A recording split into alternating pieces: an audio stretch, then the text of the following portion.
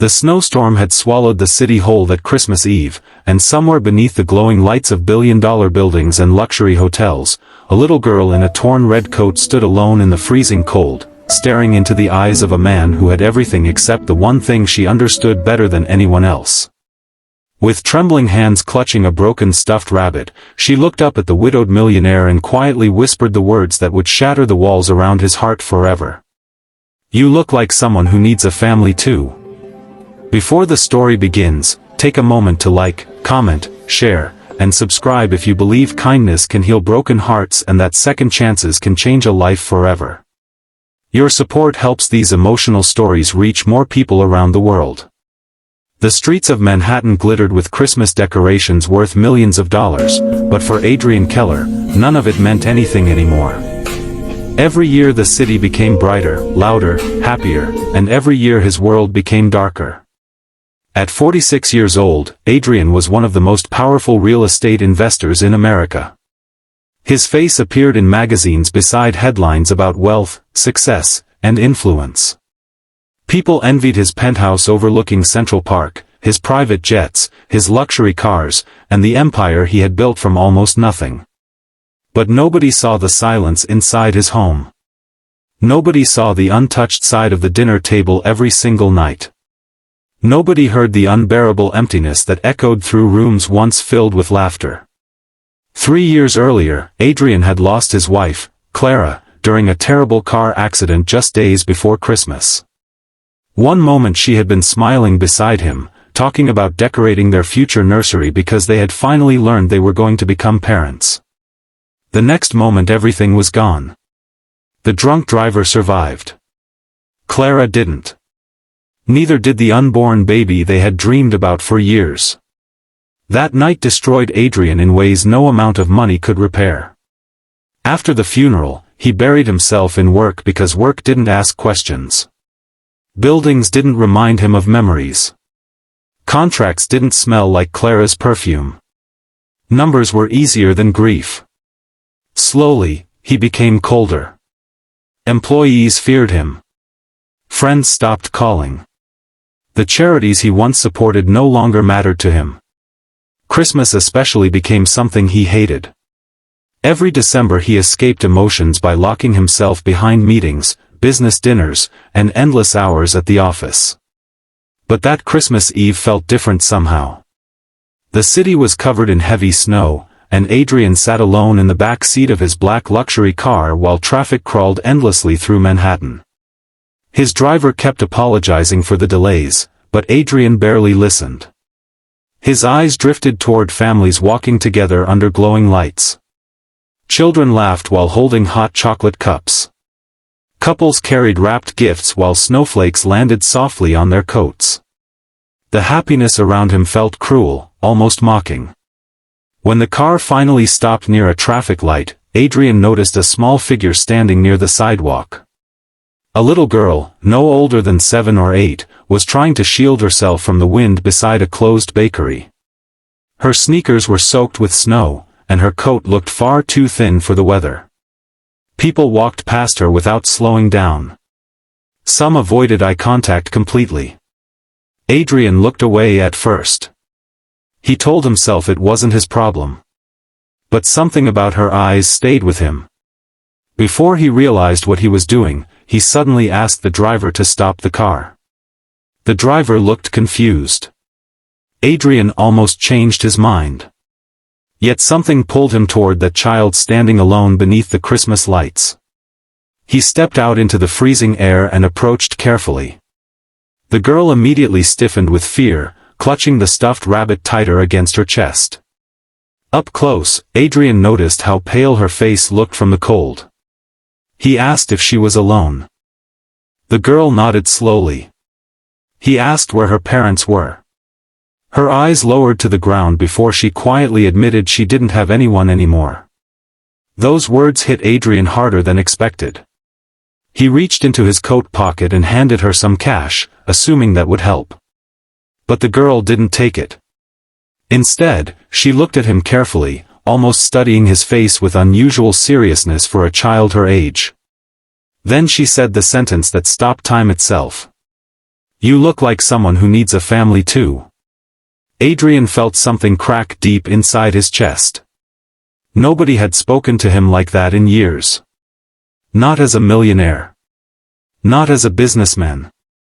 Not as a powerful man everyone feared. But as a lonely human being. Snow continued falling around them while the sounds of Christmas filled the streets. Yet for a moment, Adrian could barely breathe. He didn't know why her words affected him so much. Maybe because they were true. The girl introduced herself as Lily. She explained that her mother had died months earlier after battling illness for a long time. Since then, she had been moved between shelters and temporary homes, but none lasted. Some places were overcrowded. Others were unsafe. A few nights earlier, she had run away from a shelter after older kids bullied her and stole her belongings. Adrian listened silently while guilt slowly crept into his heart. He had spent millions building luxury apartments while children like Lily froze outside in the same city. For the first time in years, Clara's voice echoed inside his memory. She had always believed wealth meant responsibility. She used to stop for homeless strangers, volunteer at shelters, and donate quietly without seeking attention. Adrian used to admire that softness in her. Now he wondered when exactly he had lost his own humanity. He couldn't leave Lily there. Not on Christmas Eve. So he brought her into the car. At first Lily sat nervously, afraid to touch anything inside the expensive vehicle. She apologized repeatedly for her wet shoes. Adrian surprised himself by gently telling her it was okay. During the drive, she stared out the windows in amazement at the city lights while slowly sipping the hot chocolate Adrian bought her from a nearby cafe. When they arrived at Adrian's penthouse, Lily froze in disbelief. The home was enormous, elegant, and beautifully decorated by staff despite Adrian never caring about the decorations. Yet beneath the luxury existed a painful emptiness. No music played. No warmth filled the rooms. Lily noticed it immediately. She quietly asked if he lived there alone. Adrian nodded. For some reason, she looked sad for him. That night, Adrian called his lawyer and social services, intending only to provide temporary help until proper arrangements could be made.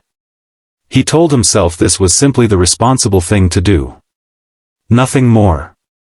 But Christmas has strange ways of changing human hearts. Lily wandered through the penthouse with innocent curiosity. She smiled at the massive Christmas tree standing untouched in the corner and asked if they could decorate cookies. Adrian almost said no automatically, but then he remembered Clara asking him the same thing years ago. So for the first time since his wife's death, Adrian entered the kitchen for something other than coffee or whiskey. The cookies turned out terrible. Lily laughed so hard she nearly fell off the chair. And unexpectedly, Adrian laughed too. The sound shocked him. It had been years since genuine laughter escaped his lips. That night, after Lily fell asleep in one of the guest rooms clutching her stuffed rabbit, Adrian sat alone in darkness thinking about his life. He realized he had spent years surviving instead of living. He had built walls so high around his grief that no joy could enter anymore. Yet somehow a lonely little girl had stepped through those walls within hours. The next morning, Christmas Day, Adrian woke to unfamiliar sounds. Soft humming echoed from the kitchen. He walked downstairs and found Lily standing on a chair trying to make pancakes. Flour covered the counters. Batter dripped everywhere. Normally Adrian would have exploded in anger at such a mess. Instead, he smiled. As they ate badly shaped pancakes together, Lily asked questions nobody else dared ask. She asked about Clara after seeing photographs around the penthouse. Adrian hesitated at first, but eventually he spoke about his wife for the first time in years. He described her kindness, her laugh, the dreams they had shared. Lily listened carefully. Then she said something that stayed with him forever. She would be sad if she saw you this lonely.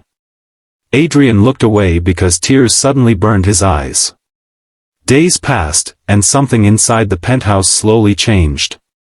The silence became softer. The rooms felt warmer. Lily filled the home with life simply by existing there. She sang while drawing pictures. She asked endless questions. She laughed at small things Adrian never noticed before. For the first time since Clara's death, Adrian didn't dread waking up every morning. But healing is never simple. Social services eventually informed Adrian that Lily would likely be transferred to another foster facility within days. The thought disturbed him more than expected. He told himself attachment was dangerous. Temporary kindness was enough. Yet every time he imagined Lily leaving, the penthouse felt empty again. Meanwhile, Lily carried invisible scars of her own. Some nights Adrian heard her crying quietly after nightmares. She feared abandonment constantly. Whenever Adrian left for meetings, she asked repeatedly if he was coming back. One evening Adrian found her sitting beside the Christmas tree staring at family photographs online. She admitted she barely remembered what it felt like to belong somewhere. That confession shattered him completely. Because deep down, neither did he. Weeks later, Adrian's business partners began noticing changes in him. He stopped yelling during meetings. He reopened charitable projects Clara once supported. He even visited shelters personally instead of sending assistants. People thought grief had softened him. But the truth was simpler. A child had reminded him how to feel human again. Still, Adrian feared hope. He had already lost everything once before. The idea of loving someone again terrified him. He worried fate would take this happiness away too. So whenever thoughts of adoption entered his mind, fear immediately pushed them aside. Then one terrible night changed everything. A severe snowstorm struck the city unexpectedly while Adrian attended an important corporate event. Roads closed rapidly, delaying him for hours. When he finally returned home, he discovered Lily burning with fever. She had tried hiding how sick she felt because she didn't want to cause trouble. Hearing those words from a child broke Adrian's heart. Cause trouble. As if existing itself required apology. He rushed her to the hospital through dangerous weather conditions. Throughout the night he stayed beside her bed, holding her tiny hand while doctors treated pneumonia caused by prolonged exposure to cold before he found her. Around 3 in the morning, Lily woke weakly and whispered something half asleep. "Please don't leave me too." Adrian nearly collapsed emotionally. In that moment he realized the truth. He already loved her. Not out of pity. Not out of loneliness. But because somewhere along the way, she had become family. The next morning, Adrian walked into the hospital chapel alone. He hadn't prayed since Clara died. Anger had replaced faith long ago. Yet standing there surrounded by silence, he finally admitted something to himself. Losing Clara had convinced him love only leads to pain.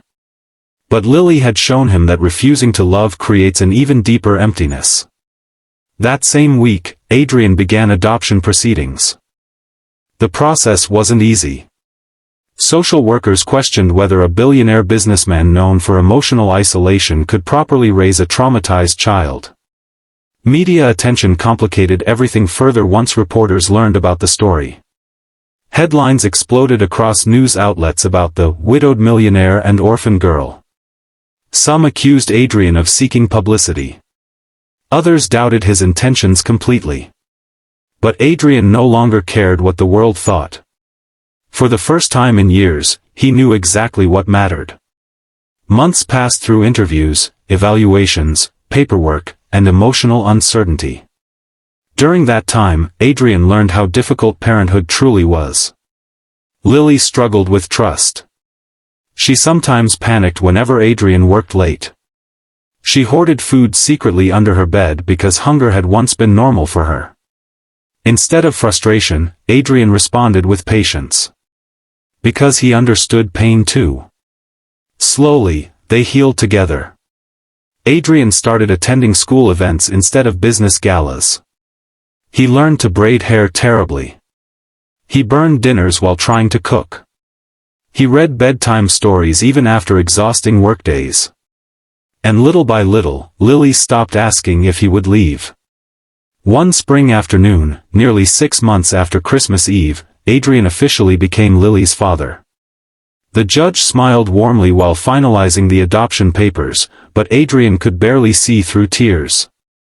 Across the courtroom, Lily ran into his arms crying with happiness.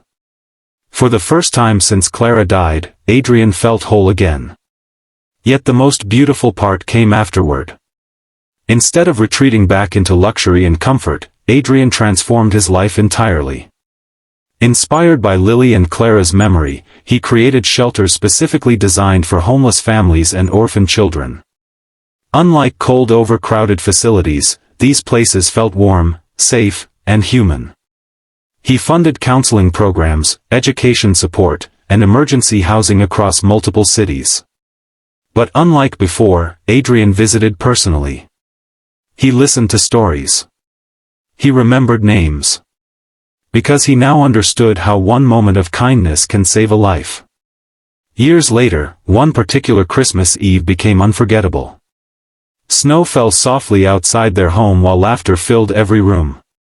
The once silent penthouse now overflowed with warmth, music, and joy.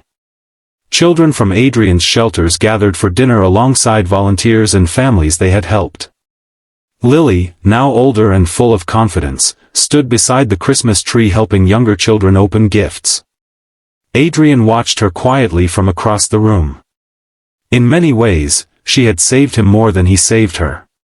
As midnight approached, Lily walked over holding the same old stuffed rabbit from the night they met. Time had worn it down badly, but she refused to throw it away because it reminded her of where their story began.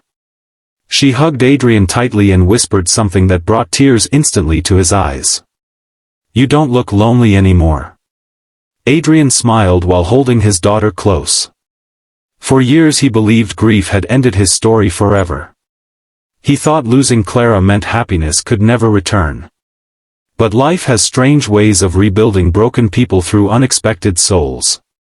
Sometimes healing arrives not through grand miracles, but through simple human connection. A little girl freezing alone on Christmas Eve had looked past wealth, status, and power. She saw a wounded man hiding behind expensive walls. And instead of fearing him, she offered the one thing both of them desperately needed. Family. Maybe that is what Christmas truly means. Not gifts. Not money. Not decorations.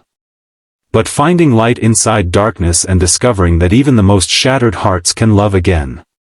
And somewhere tonight, perhaps someone watching this story feels lonely too. Maybe you believe life has taken too much from you. Maybe grief, pain, or disappointment has convinced you your happiest days are over. But sometimes hope arrives when you least expect it. Sometimes one act of kindness changes everything. And sometimes, the family we need most finds us in the most unexpected way possible. If this story touched your heart even a little, take a moment to like, share, and comment below. Your support helps spread emotional stories of hope and kindness to people who may really need them today. And before this story ends, tell us something beautiful in the comments. What country are you watching from, and do you believe one small act of kindness can truly change someone's life forever?